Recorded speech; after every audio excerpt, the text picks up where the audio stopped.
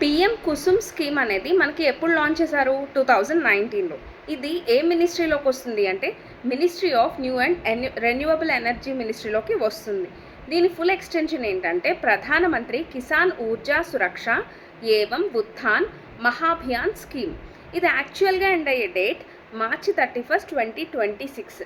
దీనిని ఎప్పటికి ఎక్స్టెండ్ చేశారు అంటే మార్చి 31, 2027కి ఎక్స్టెండ్ చేశారు.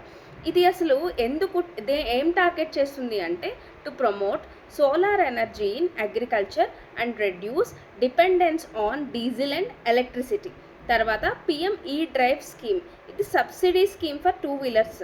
దీని లాస్ట్ డేట్ వచ్చేసి మార్చి 31, 2026 యాక్చువల్గా, కానీ దీనిని ఎక్స్టెండ్ చేశారు. ఎప్పటికీ జూలై 31, 2026కి ఎక్స్టెండ్ చేశారు.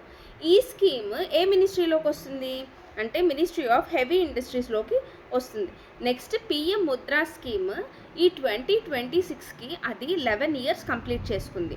యాక్చువల్గా దాన్ని లాంచ్ చేసిన డేట్ ఏంటి అంటే ఏప్రిల్ 8, 2015లో దానిని లాంచ్ చేశారు.